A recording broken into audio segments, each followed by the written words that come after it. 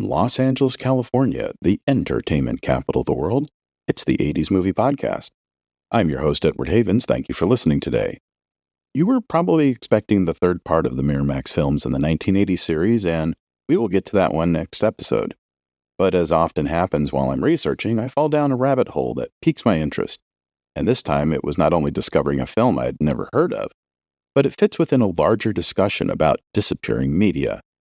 But before we get started, I need to send out a thank you to Matthew Martin, who contacted me via email after our previous episode. I had mentioned I couldn't find any American playdates for the Brian Trenchard Smith movie The Quest around the time of its supposed release date of May 1st, 1986. Matthew sent me an ad from a local Spokane newspaper, the Spokesman Review, dated July 18th, 1986, which showed the movie playing on 2 screens in Spokane, including a drive-in where it shared a screen with quote-unquote co-hit young Sherlock Holmes.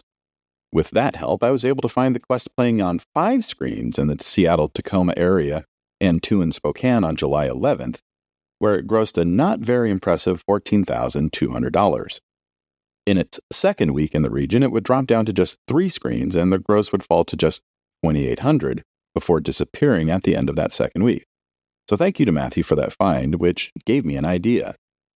On a lark, I tried searching for the movie again, this time using the director's last name, and any day in 1986, and ended up finding 35 playdates for The Quest in Los Angeles, matinees only on Saturday, October 25th and Sunday, October 26th. 1 to 3 shows each day on just those 2 days, and of course Miramax did not report grosses. And this is probably the most anyone has ever talked about The Quest and its lack of American box office. But with that, we're done with it. For now. On this episode, we're going to talk about one of the many movies from the 1980s that has literally disappeared from the landscape. What I mean by that is that it was an independently made film that was given a regional release in the South in 1987, has apparently never been released on video since its sole VHS release in 1988, and isn't available on any currently widely used video platform, physical or streaming. I'll try to talk about this movie, Oklahoma Smugglers, as much as I can in a moment. But this problem of disappearing movies has been a problem for nearly a century. I highlight this as there have been a number of announcements recently about streaming-only shows and movies being removed from their exclusive streaming platforms, some just 7 weeks after their premieres, and this is a problem. Let me throw some statistics at you.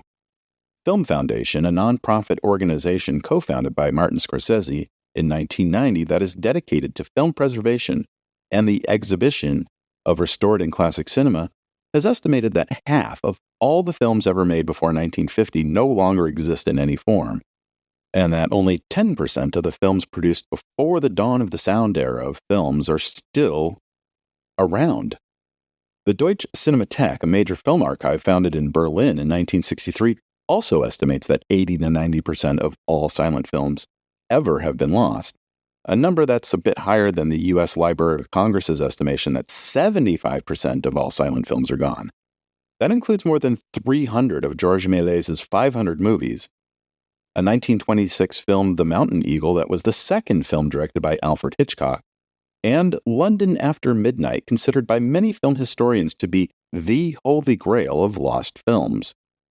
A number of films from directors like Michael Curtiz, Alan Dwan, and Leo McCarey are gone.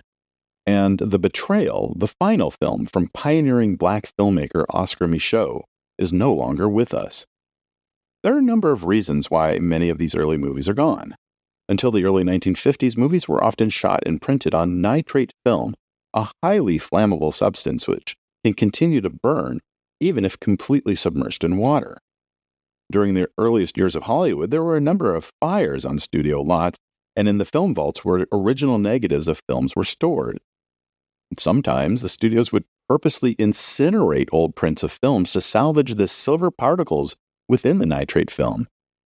Occasionally, a studio would destroy an older film when they remade that film with a new cast and director. And And sometimes films like Orson Welles' original cut of The Magnificent Ambersons would be dumped into the ocean off the Southern California coast when studios no longer wanted to pay to store these elements. Except Oklahoma Smugglers doesn't fit into any of those scenarios. It's less than 40 years old, it's in color, with a synchronized soundtrack. Its crime was being a small-budgeted, independently distributed movie from an independent production company that was only released in a small section of the United States and never got any traction outside that region. Not that this alone is why it disappeared. You may have recalled hearing about David Zaslav, the head of the mega entertainment conglomerate Warner Bros. Discovery, canceling the release of 2 completed films, a Batgirl movie that would have featured Michael Keaton's return as Batman a full year before The Flash, and a sequel to a fairly successful Scooby-Doo animated movie. Warner Brothers had spent more than $200 million between the 2 films. They were shot, edited, and scored, and ready for release. Then Zaslav decided these were not of the quality he expected for Warner Brothers movies and wrote them off for the tax break. And unless somebody at Warner somewhere down the line decides to pay back the tax incentive to the Fed, these 2 movies will never legally be allowed to be shown, effectively making them lost films. Again, there are many reasons a film becomes lost. In our case, it seems Oklahoma Smugglers is an unfortunate victim of being the one and only film to be produced by Cambridge Entertainment Corporation based in Needham, Massachusetts. The company was founded on September 10, 1986, and went into involuntary dissolution on December 31, 1990. So it's very likely that the company went bankrupt and no company was interested in picking up the assets of a small independent production company with only one tangible asset, this movie. So here's what I could find about Oklahoma Smugglers. The film was produced and directed by Otto Richter, whose only previous film work was writing, producing, and directing a horror comedy called Skullduggery in 1982. The film has its fans, but they are few and far between. 3 years later, in 1985, Richter would work with a first-time screenwriter named Sven Simon to come up with a story for Oklahoma Smugglers. When the script was completed, Richter would raise the money he would need to shoot the movie in Toronto, with a no-name cast led by George Buza and John Novak, and a 4-week production schedule between February 24th and March 21st, 1986. One can presume the film was locked before September 10th, 1986, when Cambridge Entertainment Corporation was founded, with Otto Richter as its treasurer. The other 2 members of the Cambridge board, company president Neil T. Evans and company secretary Robert G. Parks, appeared to have not had any involvement with the making of the movie, and according to the Open Corporates database, the men had never worked together before and never worked together again after this company. But what Neil Evans did have amongst the 6 companies he was operating in and around the Boston area at that time was an independent distribution company called Sharp Features, which had been founded in April of 1981 and had already distributed 5 other movies, including the Dick Shawn comedy Goodbye Cruel World, which apparently only played in Nashville, Tennessee in September 1982, and a 1985 documentary about the Beach Boys. So, after a year of shopping the film around major studios and the bigger independent distributors, the Cambridge team decided to just release it themselves through Sharp Features.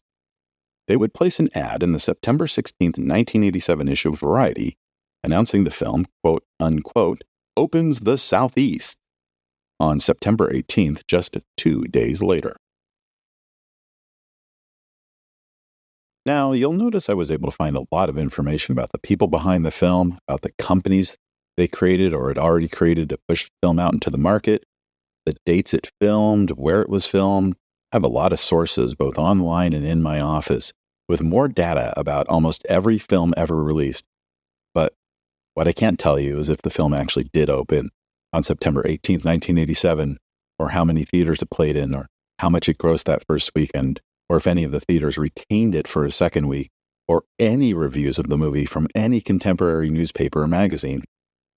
Outside of the same one single sentence synopsis of the movie all over the internet, I had to turn to a Finnish VHS release of the film for a more detailed synopsis, which roughly translates back into English as such. Former Marines Hugo and Skip are living the best days of their lives. Hugo is a real country boy, and Skip, again from a better family. Together, they are the perfect pair. Where Skip throws, Hugo hurls his fists. Mr. Milk, who offers security services, takes them on. Mr. Milk's biggest dream is to get hold of his nemesis, Oklahoma Smuggler, Tape's most cherished asset, a lucrative casino. Mr. Tape is not only a casino owner, but he handles everything possible, from arms smuggling to drugs. The fight for the ownership of the Oklahoma Smuggler Casino is a humorous mix of fistfights, intrigues, and dynamite, where Hugo and Skip get the hero's part. What happens to the casino is another matter. Okay, that sounds like absolute crap. But here's the thing, I actually enjoy checking out low-budget movies that might not be very good, but are at least trying to be something. I would be very interested in seeing a movie like Oklahoma Smugglers, but I can't find the darn thing anywhere. It's not posted on YouTube or Vimeo or any video sharing service I know of. It's not on the Internet Archive. It's not on any of the Russian video sites that I occasionally find otherwise hard to find movies. There's no entry for the film on Wikipedia or on Rotten Tomatoes. There is an IMDb page for the film with a grand total of 1 user rating and 1 user review, both from the same person. There's also only 1 rating and mini review of it on Letterboxd, also from the same person. There is a page for the film on the Plex website, but no one has the actual film. This film has, for all intents and purposes, vanished. Is that a good thing? Absolutely not. While it's highly likely Oklahoma Smugglers is not a very good movie, there's also a chance it might actually be stupid, goofy fun. And even if it's a low-quality dupe off of VHS tape, it should be available for viewing. There should be some kind of movie repository that has every movie still around that is in the public domain be available for viewing. Or if the owners of a movie with a still enforceable copyright have basically abandoned said copyright by not making the film available for consumption after a certain amount of time, it should also become available.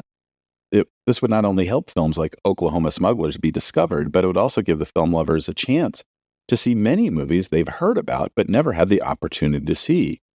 Even the original theatrical versions of the first 3 Star Wars movies are no longer available commercially. Outside of a transfer of the early 1990s Laserdisc to DVD as a quote-unquote bonus feature in 2004, no one has been able to see the original versions in nearly 20 years. The closest one can get now are fan-created despecialized editions on the internet. Film fans tend to think of film as a forever medium, but it's becoming ever increasingly clear that it is far from that. And we're not just talking about American movies either. When I said it was estimated that half the films ever made are considered lost, that includes movies from all corners of the globe, across several generations, from Angola to Australia to the former Yugoslavia and Zambia. They're gone forever. But every once in a while, a forgotten film can come back to life. Case in point, The Exiles, a 1958 film written, produced, and directed by Kent McKenzie about a group of Native Americans who have left their reservation in search of a new life in Los Angeles' Bunker Hill neighborhood. After premiering at the 1961 Venice Film Festival, the film was never picked up for theatrical distribution, and for many years the only way to see it was the occasional screening of the film at some college film society screening of the one 16mm print of the film that was still around. Cinephiles were aware of the film, but it wouldn't be until the exceptional 2004 video essay Los Angeles Plays Itself by Tom Anderson that many, including myself, even learned of the film's existence. And it would take another 4 years of legal maneuvering for Milestone Films to finally give The Exiles a proper theatrical and home video release. How good is the film? The following year, in 2009, with the new public exposure to the film, the Library of Congress included The Exiles on their National Film Registry for being culturally, historically, or aesthetically significant. In the case of The Exiles, much of Bunker Hill shown in the movie was torn down shortly after the making of the movie. So in many ways, The Exiles is a living visual history of an area of Los Angeles that no longer exists in that way. It's a good film regardless, but as a native Angelino, I find The Exiles to be fascinating for all of these places that disappeared in just a few short years before my own birth. And that's this episode for this week. Thank you for joining us. We'll talk again next week when we continue our mini-series on Miramax Films in the 1980s. Remember to visit this episode's page on our website, the 80s Movie Podcast, for extra materials about Oklahoma Smuggler. The 80s Movie Podcast has been researched, written, narrated, and edited by Edward Havens for idiosyncratic entertainment. Thank you again. Good night.